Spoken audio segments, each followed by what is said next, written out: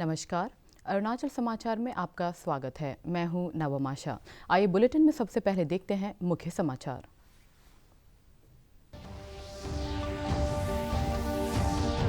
राज्य में स्थानीय निकाय चुनाव के अधिकतर परिणाम घोषित। मुख्यमंत्री पेमा खांडू ने कहा, चुनाव में भाजपा का अच्छा प्रदर्शन, सरकार की नीतियों के पक्ष में जनता का समर्थन। कहा, ईटानगर शहरी निकाय में एनपीए करेंगी एनडीए का समर्थन।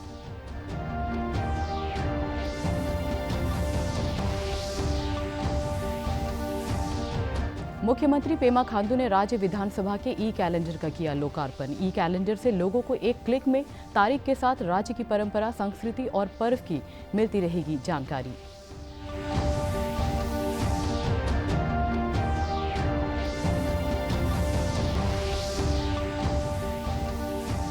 प्रधानमंत्री नरेंद्र मोदी ने कहा, देश आत्मनिर्भर भारत के माध्यम से नई क्षमताओं का कर रहा है निर्माण। कहा, मेक इन इंडिया से बढ़ रही स्थानीय उत्पादकों की मांग। आकाशवाणी से मन की बात कार्यक्रम में प्रधानमंत्री ने लोगों से सिंगल यूज प्लास्टिक के देश को मुक्त करने का किया आह्वान।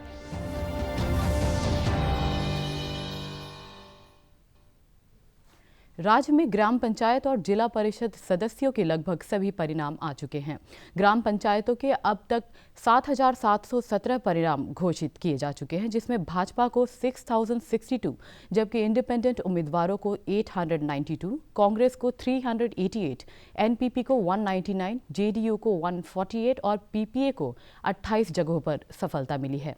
मीडिया को चुनाव परिणामों की ताजा जानकारी देते हुए आयोग के सचिव न्याली एते ने बताया कि केवल 4 जिलों अपर सुबनसिरी, लोअर दिबांग वैली, तिराप और लोंगडिंग से चुनाव परिणाम प्राप्त होने बाकी है। जिला पंचायत सदस्यों की जानकारी देते हुए श्री एते ने कहा कि अब तक 228 परिणाम घोषित हो चुके हैं, जिसमें से बीजेपी के 179, वही इंडिपेंडेंट को 20 और जेडीयू और कांग्रेस को 10-10, एनपीए को 6 और पीपीए को 3 स्थानों पर सफलता मिली है।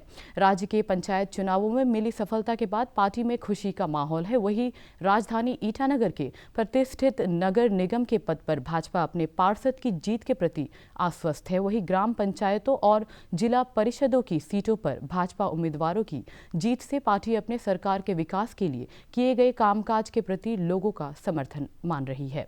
वहीं मुख्यमंत्री पेमा खांडू ने पंचायत चुनावों में भाजपा को मिली भारी सफलता पर प्रसन्नता व्यक्त करते हुए लोगों के समर्थन के प्रति अपना आभार व्यक्त किया है। विधानसभा में आयोजित एक कार्यक्रम के बाद मीडिया से बात करते हुए मुख्यमंत्री ने कहा कि ईटानगर और पासीघाट के निगम चुनावों में भी उनकी पार्टी का प्रदर्शन शानदार रहा। श्री खांडू ने कहा कि एनपीपी के अध्यक्ष और मेघालय के मुख्यमंत्री कोर्ना सांगमा ने पहले ही स्पष्ट कर दिया है कि उनके कोऑपरेटर एनडीए का समर्थन करेंगे। राज्य के पंचायत राज्य मंत्री बामंग फेलिक्स ने भी पंचायत चुनाव के सफलतापूर्वक संपन्न होने पर चुनाव कर्मियों और जनता के प्रति आभार व्यक्त किया।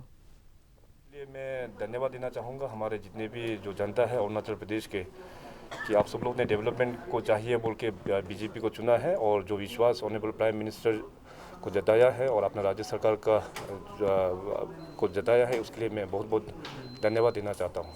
ईटानगर के रिजल्ट को आप किस तरह एनालाइज करते हैं? यहाँ भी देखिए, अभी बीजेपी का आउट ऑफ 20 10 आया है और एनपीपी का 1 आया है और जेडीयू का 9 तो आया है यहाँ भी।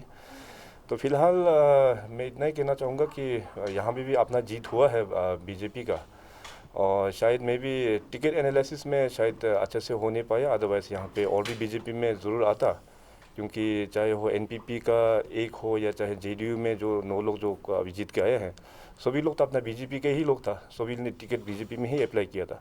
तो शायद पार्टी में थोड़ा एनालिसिस का थोड़ा सा शायद मिस्टेक के कारण से ये हो गया, लेकिन सब लोग अपना ही लोग है यहाँ पे। यहाँ में आउट ऑफ 20 10 ऑलरेडी हमारा बीजेपी का ही है और एक जो है एनपीपी का है, और एनपीपी के जो प्रेसिडेंट है कोर्नेट सांगमा, जो मेघालय के सीएम है, उन्होंने भी सोशल मीडिया में भी लिखा था कि अपना एनडीए गवर्नमेंट को ही सपोर्ट करेंगे। तो जाहिर से बात है उनका भी सपोर्ट अपना बीजेपी को ही होगा।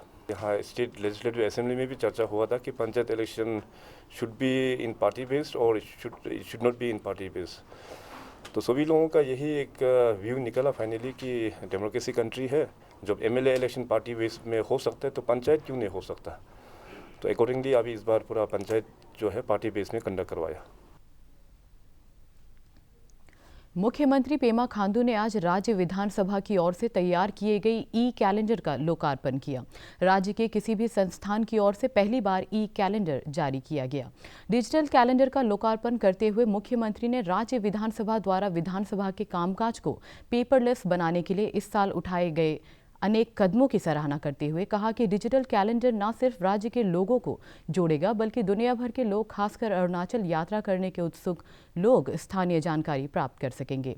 समारोह को संबोधित करते हुए राज्य विधानसभा के अध्यक्ष PD सोना ने कहा कि इस कैलेंडर की खासियत यह है कि यह क्लिक के जरिए सिर्फ तारीख के बारे में नहीं बल्कि राज्य की परंपरा, संस्कृति और पर्व की भी जानकारी मिलती रहेगी, जो पर्यटकों के लिए मददगार होगी। उन्होंने कहा कि विधानसभा के कामकाज को और कुशल बनाने के लिए आने वाले सालों में कई कदम उठाए जा रहे हैं, जिसमें विधायकों को डिजिटल किट भी उपलब्ध कराया जाना शामिल है। इस अवसर पर राज्यसभा के सदस्य नवम रिबिया सहित विधानसभा के अनेक सदस्य उपस्थित थे। आने वाला दिनों में माननीय प्रधानमंत्री जी हमेशा चाहते हैं कि हर एक लोग डिजिटल से जुड़े, जितने भी जो स्कीम्स का भी हो उसका भी बेनिफिट एज DBT लोगों तक पहुंचाए। तो डिजिटल इंडिया के मात्र में बहुत सारा काम अभी आगे बढ़ रहा है। उसी प्रकार से राज्य सरकार में भी बहुत सारा इनिशिएटिव IT में लिया है कि हम लोग ट्रांसपेरेंसी को बढ़ाने के लिए टेक्नोलॉजी ही ऐसा एक माध्यम है, उसका हम लोग उसको यूज़ करना बहुत ही ज़रूरी है। यहाँ स्टेट असेंबली में भी अपना विधान का भी प्रोसेस हम लोग स्टार्ट कर दिया है और उसका जैसे हम लोग असेंबली आते रहते हैं तो बहुत सारा मॉडिफिकेशंस भी अकॉर्डिंगली हम लोग को देखने को मिलता है। तो आगे का जो भविष्य जो है वो पूरा टेक्नोलॉजी के ऊपर बेस करके ही ये फ्यूचर है हम सबका। तो टेक्नोलॉजी एक ऐसा ही चीज़ है, हम लोग उससे भाग नहीं सकता, उससे हम लोग और भी जुड़ना चाहिए हम लोगों को, और टेक्नोलॉजी का साथ हम लोग लेके जाएंगे तो जगह का भी बहुत सारा डेवलपमेंट होगा, लोगों को बहुत बेनिफिट होगा। So I would like to tell you that this is the part of our effort and endeavor to make this assembly totally paperless. Why? Because over the past many years we have seen that use of papers are not only contributing to the ill effect on the environment, but at the same time we are spending hundreds and thousands of money to make a calendar or diary, or for that matter any kind of a legislative process where we need a lot of papers. So that's one reason why I feel is very significant. And secondly, it has always been an humble attempt of this Assembly Secretariat that whatever we do, we try to engage our local talents, entrepreneurs, to give an impetus to our effort. प्रधानमंत्री नरेंद्र मोदी ने कहा कि हमारा देश आत्मनिर्भर भारत अभियान के माध्यम से नई क्षमताओं का सृजन कर रहा है। आकाशवाणी से मन की बात कार्यक्रम में श्री मोदी ने कहा कि आम आदमी ने देश में जबरदस्त बदलाव को महसूस किया है और लोगों को आशा की नई किरणें दिखाई दे रही है। उन्होंने कहा कि कोरोना महामारी के प्रकोप के दौरान को अनगिनत मुसीबतों से गुजरना पड़ा, लेकिन हमने इस संकट से एक सबक भी सीखा है और अपनी क्षमताओं का भरपूर विकास किया है। प्रधानमंत्री ने कहा कि हमें इस भावना को जिंदा रखना है और इसे आगे बढ़ाना है। श्री मोदी ने देशवासियों से आग्रह किया कि वे एक सूची तैयार करें जिसमें दैनिक उपयोग की तमाम वस्तुओं के नाम हो और इसका विश्लेषण कर यह पता लगाए कि इनमें से कौन कौन सी चीज़ें देश में ही बनाई जा सकती है। प्रधानमंत्री ने इस बात पर जोर दिया कि हमें भारत के लोगों की कड़ी मेहनत से बनाए गए उत्पादों का ही उपयोग करना चाहिए। श्री मोदी ने कहा कि हम नए साल पर अनेक संकल्प लेते हैं और इस साल हमें जो संकल्प लेना है वो निश्चय ही देश के लिए होना चाहिए। प्रधानमंत्री ने कहा कि आज समय आ गया है जब हमें श्रेष्ठ गुणवत्ता का सामान तैयार करना है। उन्होंने कहा कि हमें ज़ीरो इफेक्ट ज़ीरो डिफेक्ट की सोच को अपनाकर कार्य करना चाहिए। मेड इन इंडिया है, कस्टमर्स भी इंडिया मेड टॉयज की ही मांग कर रहे हैं। यही तो है ये एक सोच में कितना बड़ा परिवर्तन साथियों।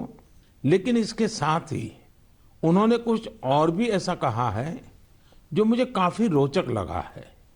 उन्होंने लिखा है कि हम आत्मनिर्भर भारत का समर्थन कर रहे हैं, लेकिन हमारे मैन्युफैक्चरर्स उनके लिए भी साफ संदेश होना चाहिए कि वे प्रोडक्ट्स की क्वालिटी से कोई समझौता ना करें। बात तो सही है, जीरो इफेक्ट, जीरो डिफेक्ट की सोच के साथ काम करें।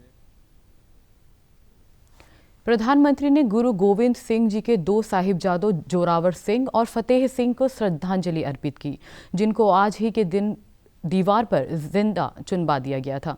उन्होंने कहा कि आताइयों से देश की हजारों साल पुरानी संस्कृति, सभ्यता और रीति रिवाजों को बचाने के लिए उन्होंने सर्वोच्च बलिदान दिया। गुरु तेग बहादुर जी, माता गुजरी जी, गुरु गोविंद जी और चारों साहिबजादों की शहादत को नमन करते हुए प्रधानमंत्री ने कहा कि ऐसी अनेकों शहादतों के भारत के आज के स्वरूप को बचाए और बनाए रखा है।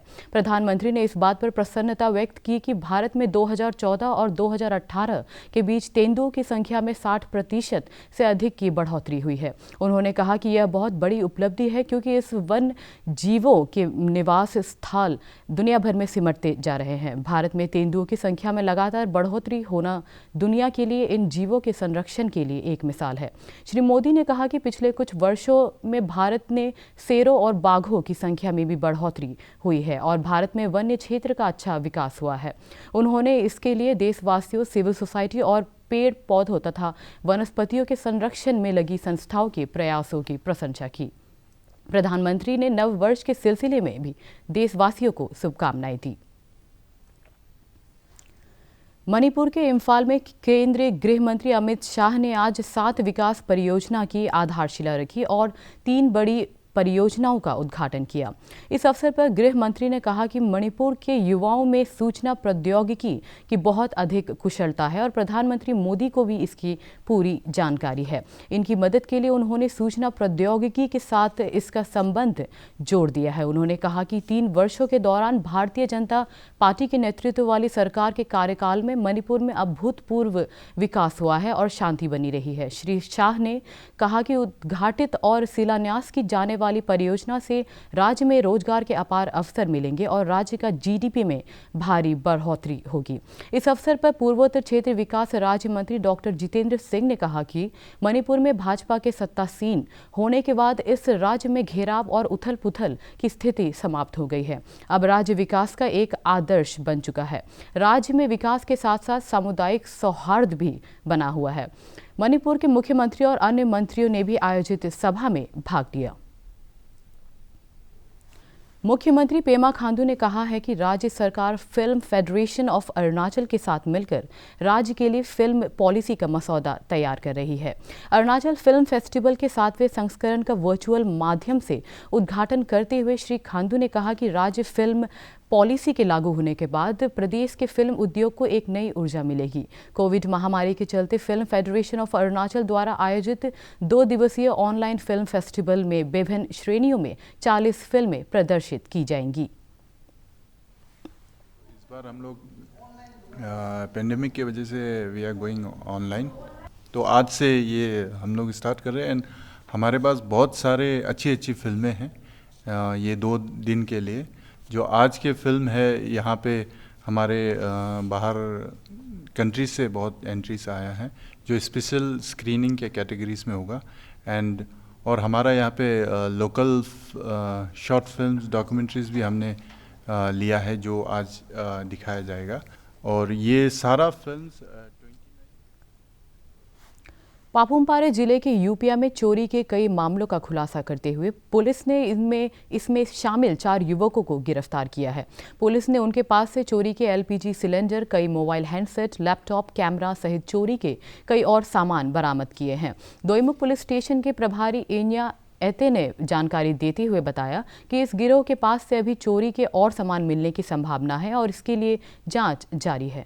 ये हमारा दोईमुख पुलिस स्टेशन और दोईमुख जुरिस्डिक्शन के अंदर में बहुत दिन से डे बर्गलरी और थेफ्ट चल रहा था। सीडीआर का हेल्प से हमने एक मोबाइल जो स्टोलन मोबाइल को डिटेक्ट किया और लीडिंग टू दैट हमने एक नाबुम तागिन बोल एलियास टोपू दोईमुख रोनो का है, उसको अरेस्ट किया। उसका एक्म्प्लिसेस 3 लड़का और नाबुम अको तिगदो का है और ये नाबुम लालूरात आपको ये रोनो का है और बीर सोनार ये जो हमारा रोनो का है, इनको अरेस्ट किया और स्टोलन प्रॉपर्टी रिकवर्ड, ये लैपटॉप 2 नंबर, उसके बाद में मोबाइल 6 नंबर्स और कैमरा 1 और गैस सिलेंडर।